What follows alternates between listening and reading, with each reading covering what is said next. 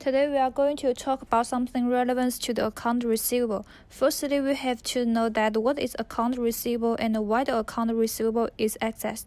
Due to we adopt current accounting method, which is accounting method that record revenues and expense when they are incorrect regardless of the cash exchange. The term oral refers to any individual entries recording revenues or expense in the absence of the cash transaction. So we have to have the revenues entries to record the assets we earned but not received yet.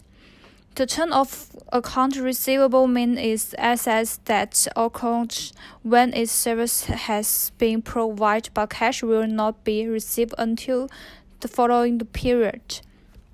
There are several journal entries for the account receivable. At the date of the sale, we are going to record debit account receivable and credit sale revenue at the moment. The another journal entries are written down in the date we received the money.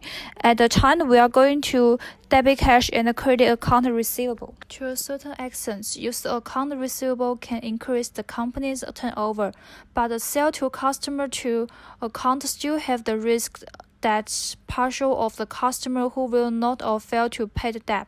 Therefore, the portion of the sale on account will be doubtful, and that portion should be deducted from revenue in determining profits for the period. This is called the bad debt expense. We get two methods to analyze the bad debt. The first method is to use the allowance for debt. The allowance for doubtful debt is a controlled assets account, which means that when we increase the allowance, we are actually reduce total assets. We can calculate from previous experience how much debt we cannot collect. For example, if we assume that we can't collect $100, then we are going to record debit by debt expense for 100 and the credit allowance for bad debt 100. Moreover, after pursuing a non-paying customer for months, the company may decide to write the account off. Another journal entry is needed.